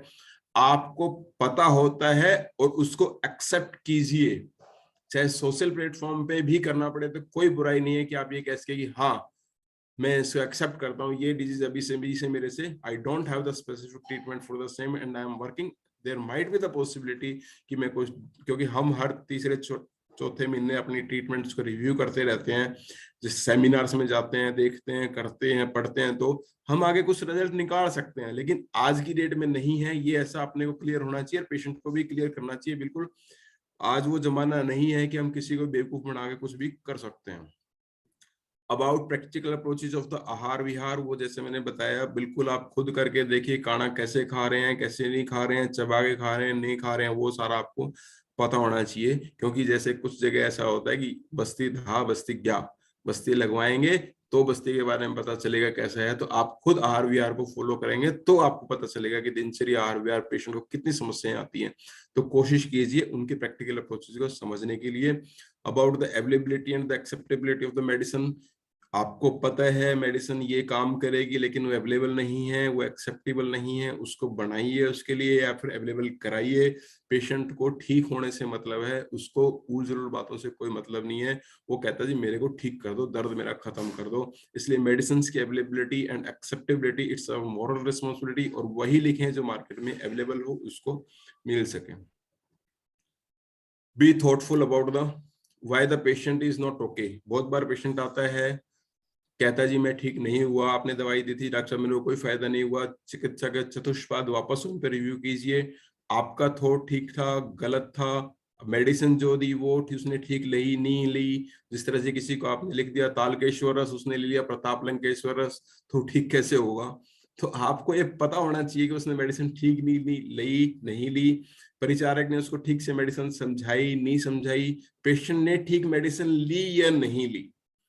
इस सब के बावजूद भी अपने एंड पे अपने इसको रिव्यू करें। यदि आपको लगता है कुछ भी गड़बड़ नहीं है तो देन से कि continue the same for the next 5 to 10 days। बिल्कुल ऑनेस्टली आप कीजिए, डरो मत, कॉन्फिडेंस करके। जैसे मेरे पास हजारों पेशेंट्स हैं, मैंने रिव्यू किया उसके बाद मैं कहता हूँ कंटिन्यू कीजिए, आप इसको 5 दिन के बाद वापस बताइए। पेशेंट आगे कहता है हाँ जी अब मैं 5 दिन के बाद ठीक हूँ। तो आपको कंसेप्ट रिव्यू करने की आदत होनी चाहिए कि मैं ठीक हूँ या गलत हूँ, मेडिसिन कहाँ है। तो जो लैक्यूना है बीच में, जो भी गैप है, उसको दूर कीजिए ताकि पेशेंट ठीक हो। पेशेंट ठीक करना इंपॉर्टेंट है, वही हमारा मेन एम है। Regular study with the practical thought, हर चीज को, आयुर्वेदिक कंसेप्ट्स को, जिस तरह से अभी हम कहते हैं physics is around us, physics हमारे चारों तरफ है, तो आयुर्वेदिक कंसेप्ट भी हमारे चारों तरफ है। माँ ने खाना बनाया, उसमें सब्जी में हींग डाली, क्यों डाली, कितनी डाली, कैसे डाली, वो सारी चीजें कोशिश कीजिए, आयुर्वेद के साथ रहिए, उसके साथ इम्प्लीमेंट कीजिए, सारी चीजें उसमें लिखी हुई, उसको फॉलो कीजिए। New thought and the literary vision about the new diseases, नई डिजीज आती हैं, जैसे अभी कोविड आया था, या बहुत सारी आगे भी आएंगी, पीछे भी आती रही, हमें कोई फर्क नहीं पड़ता है दोनों का। हमारा शास्त्र जो है पुराना लिखा हुआ है, वही कंसेप्ट है, वहीं चलेंगे, उन्हीं को फॉलो करना है। नाम बदलते रहेंगे, सिविलाइजेशन के साथ नई नई डिजीज आती रहेंगी, हमें कोई फर्क नहीं पड़ता है, लेकिन उनके प्रति हमारी आयुर्वेदिक विजन कैसी हो, हमारी सोच कैसी हो, वो हमें अपने एक ऐसा विजन डेवलप करना चाहिए। वो सारी की सारी जितनी भी डिजीज आएंगी, मैं आपको विश्वास दिलाता हूं कि ये ब्रह्मा द्वारा प्रेषित आयुर्वेद है। तो आपको भविष्य में भी जितनी डिजीज आएंगी, उन सब का सॉल्यूशन इस एनसाइक्लोपीडिया में लिखा हुआ है। डरने की जरूरत नहीं है, सब कुछ मिलेगा आपको और सब सॉल्यूशन हो जाएगा। कुछ केस स्टडीज हमने केसेस किए, कभी वो पेशेंट्स के अवेयरनेस के लिए अखबारों में आए। एक पेशेंट था, 9 साल पुरानी बीमारी, 1 माह में आयुर्वेद से इलाज ठीक हुआ। बहुत से लोगों ने मेरे से पूछा क्या किया क्या नहीं किया, मेरे को मैं क्या बताऊं, शर्म आ रही थी कि सिंपल सा आम पाचन किया, थोड़ा सा रसायन दिया, पेशेंट ठीक हो गया। अब उसके लिए बड़ी बड़ी चीजें बताने की जरूरत पड़ी नहीं। तो हमारे पास बहुत सारी ऐसी चीजें हैं जो हम आराम से कर सकते हैं। एक अभी पिछले महीने हमारी स्टोरी छपी थी, 1 साल पहले आयुर्वेद, जब ये एक रोमेटो आर्थराइटिस का पेशेंट था, आयुर्वेद का ट्रीटमेंट हमने उसको दिया, आम का पाचन किया, रसायन दिया, आम बाद उसका बिल्कुल खत्म कर दिया। उसके बाद उसको जॉइंट्स में प्रॉब्लम थी, फिर उसको कुछ पंचकर्मा के प्रोसीजर से और कुछ फिजियोथेरेपी प्रोसीजर से आज वो लड़की 11 महीने के बाद उछलती कूदती चलती है रोज। अभी भी कल परसों की ओपीडी में आई थी, कोई प्रॉब्लम नहीं है उसको। बहुत बड़े बड़े कंसेप्ट दिए हैं हमने, बहुत बड़ी बड़ी मेडिसिन दी है, ऐसा नहीं है। आयुर्वेदिक दवा से ब्लड प्रेशर का इलाज किया। एक पेशेंट था हमारे पास, ये लड़की थी, एडवोकेट थी और बहुत 4 आयुर्वेदिक मेडिसिन खा रहे थे, बट कंसिस्टेंटली उसने ट्रीटमेंट लिया। वही सारे के सारे जो आयुर्वेदिक चिकित्सा में, वो बिल्कुल सामान्य सी औषधियों का प्रयोग करके आज भी वो 2013 के बाद से आज तक वो एक भी मेडिसिन नहीं खाती है ब्लड प्रेशर की, बिल्कुल ठीक है। जिसको इंसुलिन उसका लेवल भी बढ़ा हुआ था, तो ओबेसिटी भी उसको बहुत ज्यादा थी। इसी तरह स्लिप डिस्क के पेशेंट्स हैं, बिल्कुल आराम से ठीक होते हैं, किसी का कुछ नहीं बिगड़ता, कोई ऑपरेशन की जरूरत नहीं है, कुछ नहीं है, बिल्कुल फ्री होकर आप ट्रीटमेंट कीजिए कंसेप्ट के हिसाब से, पेशेंट बिल्कुल ठीक होता है। निजी रोग में पीलिया रोग पर 3.5 लाख रुपए खर्च करने पर भी नहीं मिला आराम। एक पेशेंट था, बिल्कुल गरीब पेशेंट था, बेचारे को 3-4 लाख रुपए ले लिए। उसका क्रिएटिनिन वो बिलिरुबिन 23 था, 23-25 होने के बाद डॉक्टर बोले जी आप ले जाओ इसको दिल्ली, वहां जाके एडमिट करा दो। वो हमारे पास आ गया बाई चांस। हमने उसको वही शास्त्रोक्त चिकित्सा में क्या बोलते हैं, कामले तो विरेचन दिया उसको, या सामान्य से जो चिकित्सा दी, लीवर के टॉनिक दिए, सामान्य से अपने काढ़े कषाय वगैरह जो भी हैं चिकित्सा में वो दिया, तो पेशेंट ठीक हो गया। आज पेशेंट आराम से खेत में काम करता है, 2-3 किलो दूध पीता है और घी भी सब खाता है। पेशेंट रेगुलर कांटेक्ट में है, आप में से किसी को मिलना हो तो आके मिल सकते हैं। ये सारे पेशेंट हमारे कांटेक्ट में है। अंत में, टाइम बहुत ले लिया मैंने, conclusion, literature is after of this, so believe 100%, study each and every part and find the practical acceptability of each thought. जितने भी थॉट दिए हुए हैं वो सारे हमारा साइंस, मतलब प्रैक्टिकल साइंस है, उसको केवल थ्योरी तक सीमित मत कीजिए। उसके हर थॉट के पीछे सोचिए प्रैक्टिकल एक्सेप्टेबिलिटी क्या है, चाहे उसमें परादी गुण का है, चाहे उसमें गुरुवादी गुण का है, चाहे उसमें किसी भी चीज के बारे में, त्रिदोष के बारे में पढ़ेंगे, या फिर हम बहुत सारी चीजें, हर चीज के बारे में सोचिए कि इसकी प्रैक्टिकल इंटरप्रिटेशन क्या है। और अपने टीचर से पूछिए कि स्टूडेंट्स जो है अपने टीचर से पूछ सकते हैं हर चीज की। आपके पदार्थ विज्ञान में जो चीजें लिखी हुई हैं उन सबके प्रैक्टिकल इंप्लीमेंटेशन है। हम उनको हर चीज को असेसमेंट करते हैं, तो उन सबको आप असेसमेंट कीजिए और उसको आराम से कीजिए। Careful assessment with logic and confidence, logically काम कीजिए, बिना किसी कंसेप्ट के आप काम मत कीजिए, आयुर्वेदिक कंसेप्ट से कीजिए और कॉन्फिडेंस के साथ कीजिए। ऐसा नहीं है कि मैंने कुछ भी दे दिया कुछ भी ठीक हो गया, ऐसा नहीं है। हम साइंटिफिक हैं, साइंस है, विज्ञान है, हमारे प्रिंसिपल्स हैं, हमारे चिकित्सा सूत्र हैं, हमारे सूत्र हैं, बेसिक प्रिंसिपल्स हैं, उनको फॉलो कीजिए, उनको मानिए ये हैं, और उनको फॉलो करके उनके हिसाब से ट्रीटमेंट कीजिए। Be smart, not the over smart. Definitely बहुत से लोग ओवर कॉन्फिडेंस में आ जाते हैं, हमें अपनी लिमिटेशंस पता होनी चाहिए और स्मार्ट बन के काम कीजिए, ओवर स्मार्ट प्लीज मत बनिए। Treat with hall, not only with medicine. जैसे मैंने बताया कि आहार, निदान प्रवर्धन, आहार विहार सब कुछ अपनी चिकित्सा में इंक्लूड कीजिए। अकेले मेडिसिन की बारे में मत सोचिए कि मेडिसिन दे दी पेशेंट ठीक हो जाएगा। This will be the only formality. आप यदि पूरा उसमें इंडल्ज होंगे तो डेफिनेटली आपको कोई भी नहीं रोक सकता सक्सेस होने से। Don't compromise with all the steps, और सक्सेस इज वेटिंग। मेरा ऐसा मानना है कि यदि आप सही तरीके से करेंगे तो ये सारी सक्सेस स्टोरीज बिल्कुल, आप पेशेंट, हर बार पेशेंट आप कहे हाँ जी मैं ठीक हूँ, हाँ जी मैं ठीक हूँ, आपको एक बड़े दिल से खुशी मिलेगी, बहुत अच्छा लगेगा। सक्सेस वेटिंग है, बिल्कुल सामने खड़ी है आपके, सिर्फ आप सारे स्टेप्स को सही तरीके से फॉलो कीजिए। इस सब के साथ मैं पुनः एक बार मेरे गुरुजी डॉक्टर संधू सर को और बाकी सब फैकल्टीज को, स्टूडेंट्स को धन्यवाद देता हूँ कि मेरे को आपने इस प्लेटफॉर्म पे बोलने का मौका दिया। Thanks a lot again to all of you.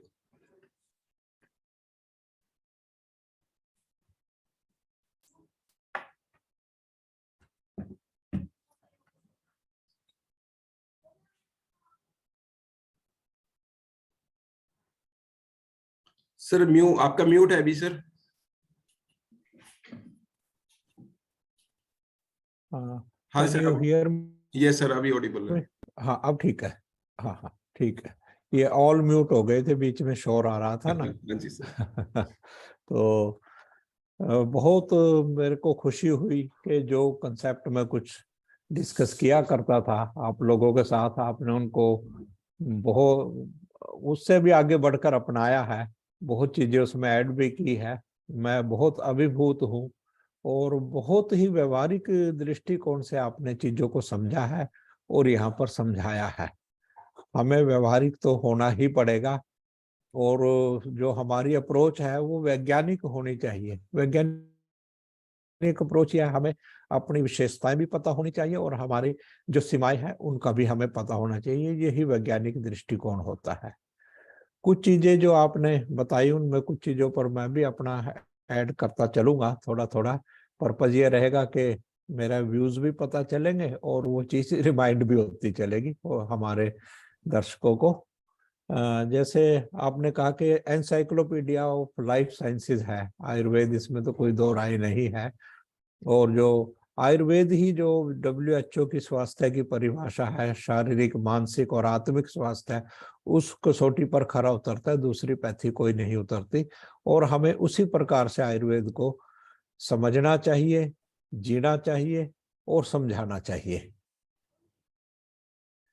हम काउंसलिंग करते हैं, वो लोग किस प्रकार से काउंसलिंग मानसिक रोगियों की करते हैं वो मैं नहीं कह सकता, लेकिन हमें काउंसलिंग इस प्रकार से करानी चाहिए पेशेंट्स की कि आप ईर्ष्या द्वेष से दूर रहिए, धैर्य सहनशीलता का परिचय दीजिए।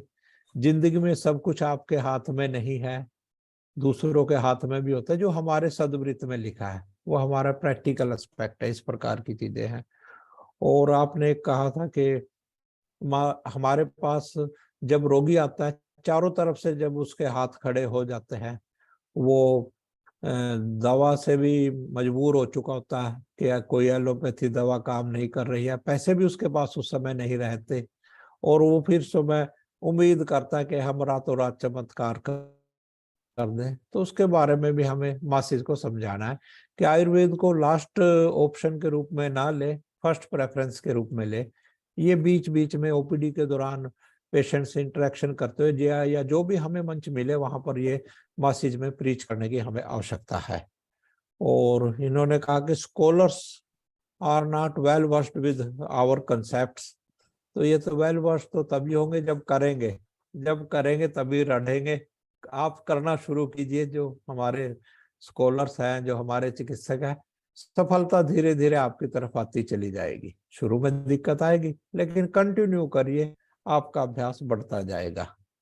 और कई बार औषधियों को जहां तक हो सके टेस्टी बनाने का ऑप्शन अगर हो सके तो बना दे, अदरवाइज तो उनको एक्सप्लेन करें कि आपको एज इट इज इसको एक्सेप्ट करना है। उसमें भी हम हेल्प करते हैं। पेशेंट कई बार आते हैं, आपके उद्बोधन की जो बात मुख्य बढ़िया बात ये रही है कि बड़ा व्यवहारिक था, और व्यवहारिक ही हमें रहना चाहिए।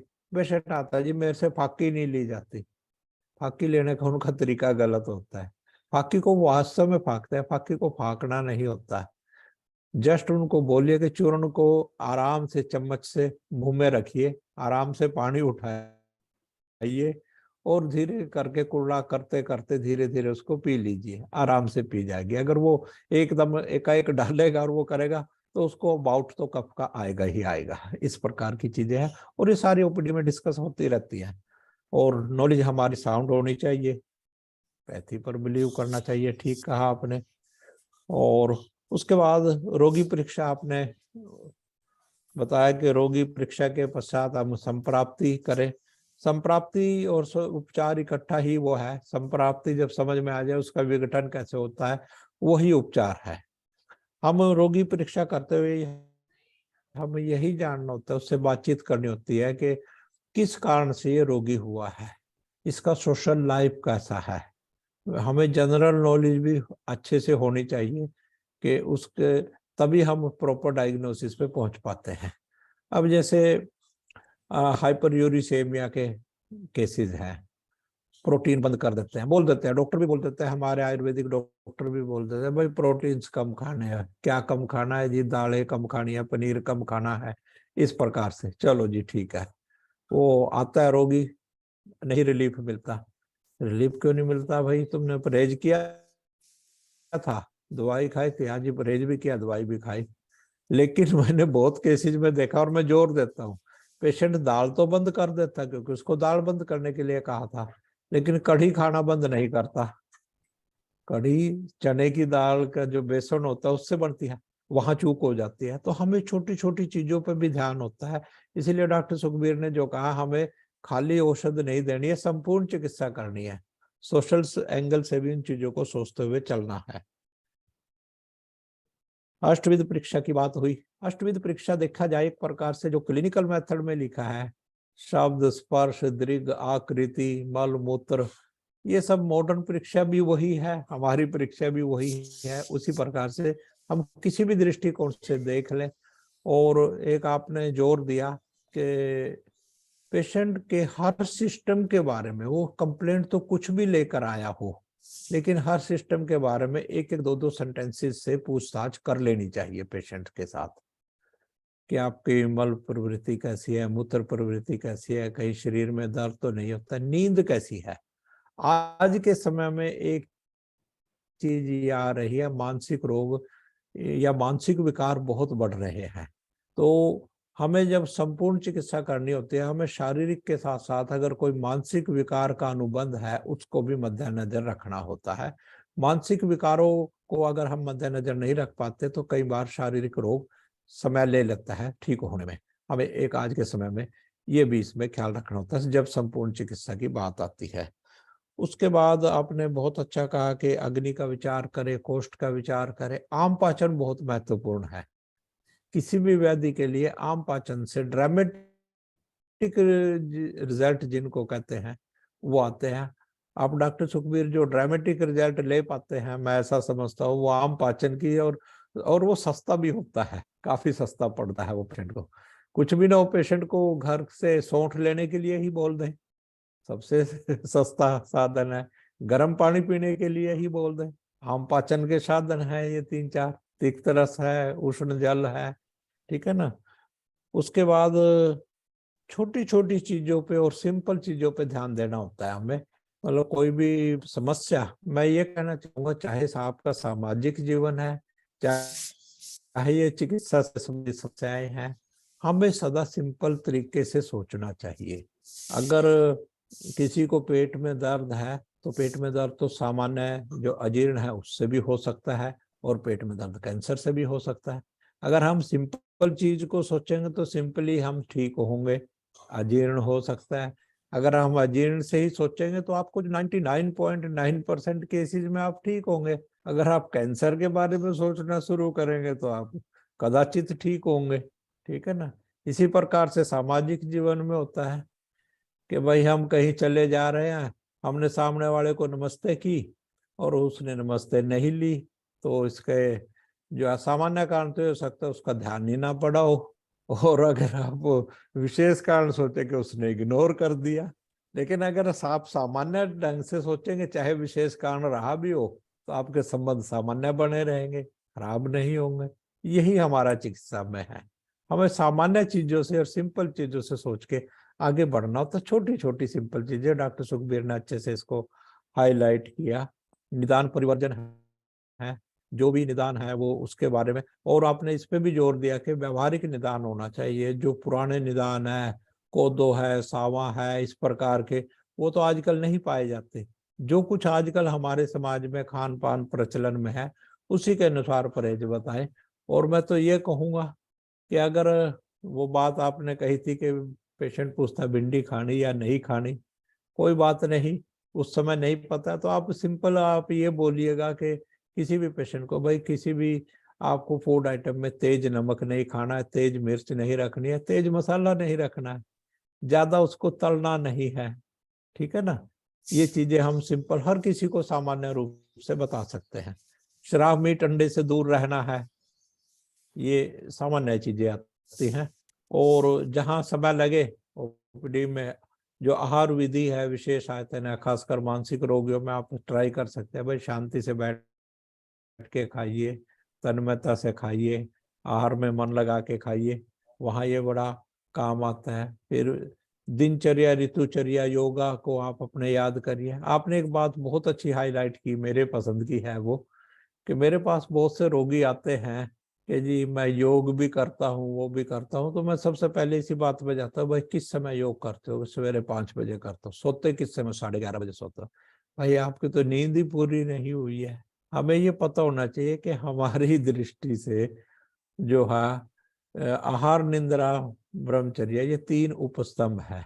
ब्रह्मचर्या है एक संयमित जीवन जीना, वो एब्सोल्यूट सेक्सुअल अब्स्टिनेंट नहीं है। तो इसमें निंद्रा सबसे महत्वपूर्ण कारक है। निंद्रा अगर पूरी नहीं है तो किसी योग करने का कोई लाभ नहीं है, वो बहुत जरूरी है, हमें पेशेंट को समझाना होता है। उसके बाद आपने एक चीज और जोर दिया कि हमें द्रव्यों की नॉलेज होनी चाहिए। जो योग हम प्रयोग कर रहे हैं, किस योग में क्या डला हुआ है, वो यो नॉलेज हमें होनी चाहिए। उससे हमारे ट्रीटमेंट में रैशनलिटी आएगी और हम ओवर मेडिकेशन से बच सकेंगे। अब जैसे मैं बताता हूँ कई बार अपने छात्रों को कि श्वास कुठार रस है, किसी रोगी को श्वास रोग भी है और साथ में मानसिक विकार भी है। तो अगर डॉक्टर अनजान है तो वो उसको श्वास कुठार रस भी लिखेगा और वो उसको स्मृति सागर रस भी लिखेगा। लेकिन आप इन दोनों के घटक देखिए। ये एग्जाम्पल मैं आप लोगों को भी दिया करता था।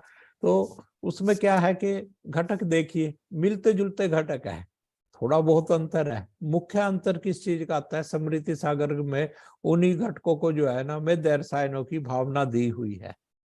अगर हमें ये नॉलेज है तो हम उस श्वास रोग के लिए भी और मानसिक रोग के लिए भी हम स्मृति सागर रस का ही प्रयोग करेंगे। तो मैं तो ये रिकमेंड करता हूँ कि जैसे एलोपैथिक साइड में कहते हैं भाई क्लिनिकल मेथड और मेडिसिन की बुक डेली पढ़ते रहना चाहिए, मैं रिकमेंड करता हूँ कि हमें जो आयुर्वेद सार संग्रह है, एक अच्छी बुक है, उसमें किस योग में क्या डला है वो हमें बार बार पढ़ते रहना चाहिए। और जब आप उसको बार बार पढ़ोगे, उसमें योग तो हजारों दिए हैं, लेकिन आप उन 1000 योगों को मुश्किल से 100 योगों में कंक्लूड कर सकते हो। बहुत सारे योग तो ऐसे हैं जिनके फॉर्मुलेशन मिलते जुलते हैं, तो उसको अपने नित्य अभ्यास में आपको डालना चाहिए।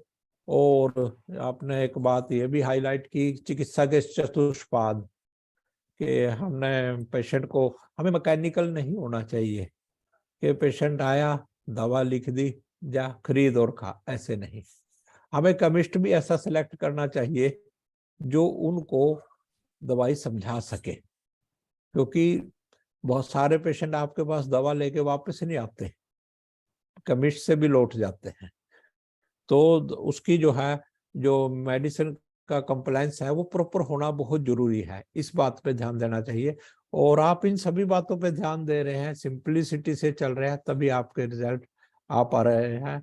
और आपने बाद में जो ये दिया कुछ केस स्टडीज के बारे में हाईलाइट किया। ये हमारे स्कॉलर्स की, हमारे चिकित्सकों की प्रेरणा के लिए बहुत उपयोगी सिद्ध होगा। ये तो आपने बहुत थोड़ा दिया, उसमें ग्रुप में तो अक्सर आपका आता रहता है। और वो सर पीपीटी में 1-2 डालनी थी बस मेरे ख्याल से। हाँ हाँ, बस जैसा समय अभाव था। तो मुझे फक्र है कि आप जो है इन कंसेप्ट्स को आगे लेके बढ़ पा रहे हैं, आयुर्वेद का नाम ऊंचा कर रहे हैं। और उम्मीद है कि जो है आप जो है नित्य प्रति आगे बढ़ते रहेंगे, आयुर्वेद का नाम भी ऊंचा करेंगे और जो है रोगियों की सेवा भी करेंगे। और एक आपने बाद में चलते चलते बात कही, वो मैं भी कहूँगा, पदार्थ विज्ञान के बारे में। पदार्थ विज्ञान से बहुत घबराते हैं हम। फर्स्ट ईयर में तो स्टूडेंट घबराता है, बाद में भी घबराते रहते हैं। लेकिन पदार्थ विज्ञान के जो कंसेप्ट्स हैं उनको एक काय चिकित्सक बहुत अच्छे से समझा सकता है। लेकिन वो समझ में नहीं आता सर सबको।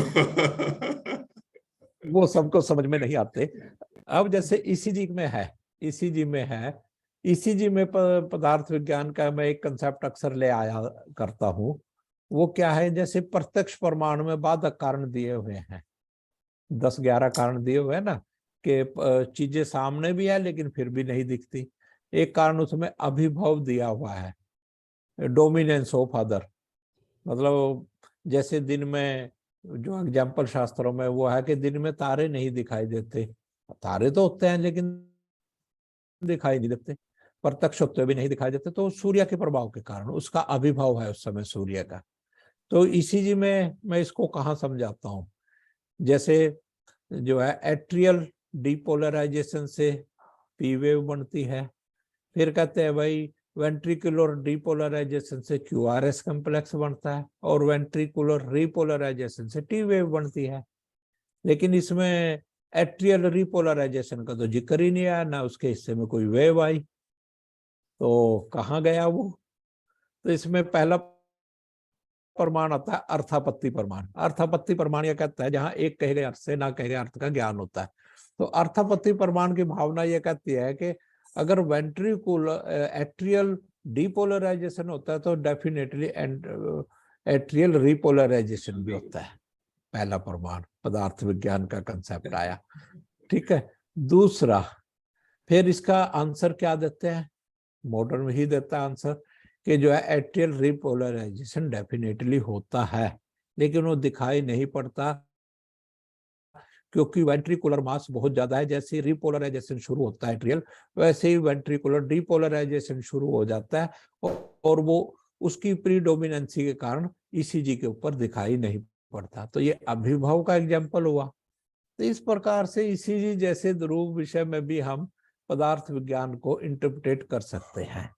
और जब इस प्रकार की इंटरप्रिटेशन करते हैं तो हमारे शास्त्र में श्रद्धा बढ़ती है, उसको हम प्रॉपर इंटरप्रेट कर पाते हैं और पक्का याद भी रहता है। तो बहुत अच्छे से आपने इस कंसेप्ट को जाहिर किया है, और बिल्कुल ये एक यूनिक प्रेजेंटेशन था जो आयुर्वेद के सेमिनार्स में जो प्रेजेंटेशन की जाती है श्लोक के साथ। शास्त्र ये कहता है, शास्त्रों में ऐसा माना गया है, वैसी कोई शब्दावली यहाँ प्रयोग नहीं हुई है।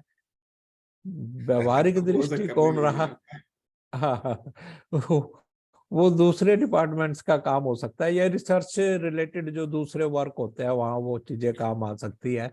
हम तो व्यवहारिक लोग हैं, काय चिकित्सा का मतलब ही व्यवहार है, तो हमें काम कैसे करना है आपने वो बहुत अच्छे से समझाया।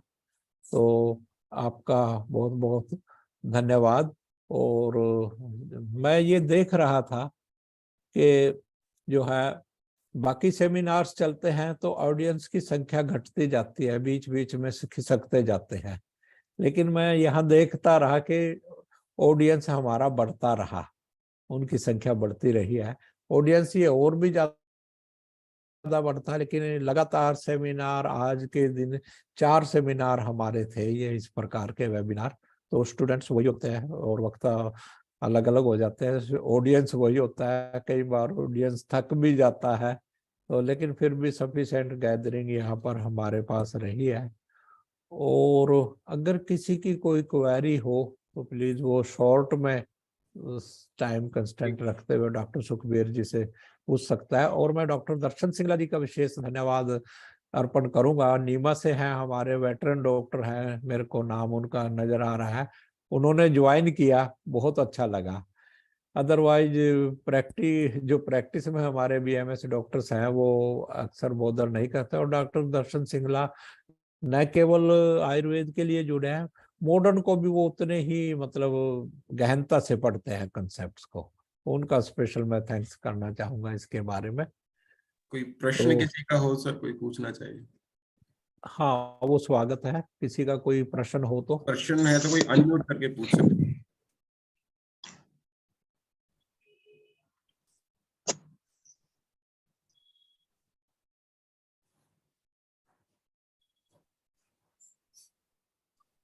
चलो, जब तक कोई प्रश्न सोचे तो हमारे जो associate professor, assistant professor doctor Neelam, आप कुछ कहना चाहेंगे? डॉक्टर नीलम इज हेयर, शायद आवाज नहीं। डॉक्टर नेहा,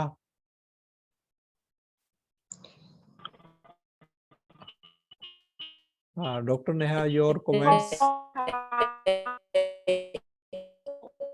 सर बहुत अच्छा लेक्चर था आज का, बहुत ही प्रैक्टिकल एप्लीकेशन था। ठीक है,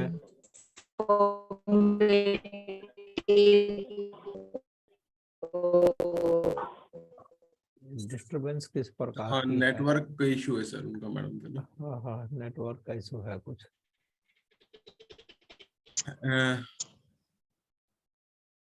हाँ, डॉक्टर सिमरन देवगन नाम आ रहा है सामने, क्या आपका कोई प्रश्न है? जैसे राम पाचन कौन सी कंडीशन में किससे करेंगे? लवण रस से, हाँ अमर रस से हाँ कब, रस से कब, तिक्त रस का? हाँ, ये जब सर। दोषों का अनुबंध आप चेक करेंगे कि कौन से डोज की प्रिडोमिनेंसी है, तो उस समय मान लो कि जैसे किसी को वात का प्रकोप है तो लवण रस से आप आम पाचन कर सकते हैं, और यदि कफ का प्रकोप है तो कटु रस से स्पेसिफिकली कर सकते हैं, और पित्त का अनुबंध है तो तिक्त रस से आपको आम पाचन करना चाहिए। तिक्त रस के लिए जैसे महातिक्तक, महासुदर्शन चूर्ण है, और कटु रस के लिए जैसे आप कोई भी चित्रकादि वटी ले सकते हैं, या चित्रकादि वटी दोनों में काम करेगी, कफ में भी काम करेगी, वात में भी काम करेगी। जैसे शुंठी का प्रयोग या काली मित्री कटु का प्रयोग यदि करें तो कफ में कर सकते हैं। यदि वात में करना है तो लवण के लिए कोई भी लवण भास्कर का है या त्रिकटु का प्रयोग है, इस तरह आम पाचन के लिए प्रयोग कर सकते हैं। लेकिन स्पेसिफिकली वो आपको दोष की असेसमेंट कर लें तो आपको ज्यादा मजा आएगा। एक बार शुरू करेंगे धीरे धीरे समझ में आ जाएगा। इसमें और कुछ पूछना चाहें तो?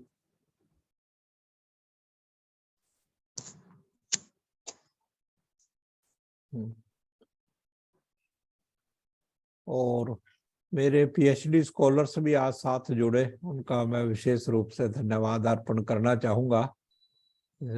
6 स्कॉलर्स मेरे पास हैं, वो सभी जुड़े हैं आज, उनका विशेष रूप से धन्यवाद करना चाहूँगा।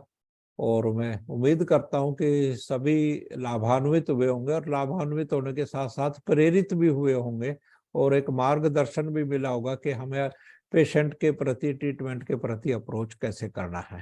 फिर भी सर किसी को कुछ पूछना है या भविष्य में हमारी कोई सहायता चाहिए तो हम हमेशा 24/7 अपने स्कॉलर्स के साथ खड़े हैं। आपका आशीर्वाद हमें मिलता रहेगा। कोई हॉस्पिटल, सिविल हॉस्पिटल आके हिसार में प्रैक्टिकली भी ये सारी चीजें जो हम प्रैक्टिकली करते हैं वो सारी मैंने लिखी हैं।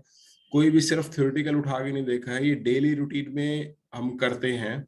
और अभी तो हमने कुछ स्टूडेंट्स को भी लेना शुरू कर दिया है जो डिग्री कर चुके हैं, उनको अनऑफिशियली हम बैठ के बैठना शुरू कर दिया है ताकि उनको शेयर कर सकें। तो किसी को बाद में भी कोई क्वेश्चन है तो कोई भी मेरे टेलीफोन पे या व्हाट्सएप के माध्यम से या प्रैक्टिकली मिलके कंसेप्ट को चर्चा कर सकते हैं। आप सभी का बहुत बहुत धन्यवाद। और कुछ? थैंक यू सर, अगेन बहुत बहुत आपका धन्यवाद। हाँ हाँ, बहुत अच्छा सेशन रहा डॉक्टर सुखबीर, और सभी ने इसको धैर्य पूर्वक और बड़ी तल्लीनता से सुना। सभी का मैं बहुत बहुत धन्यवाद करता हूँ। और अपनी organising committee doctor Ravinder Arora ji, doctor Lasitha, और हमारे जो टेक्निकल एक्सपर्ट्स हैं मिस्टर निवारिक जी, उनका मैं तहे दिल से शुक्रिया अदा करता हूँ। और सबसे ज़्यादा शुक्रिया अदा अपने प्राचार्य महोदय डॉक्टर खुराना जी का करता हूँ, जिनके प्रेरणा से हम ये एक सक्सेसफुल सेमिनार कर पाए हैं और उन्होंने समय दिया, उसके लिए उनका विशेष रूप से धन्यवाद अर्पण करता हूँ।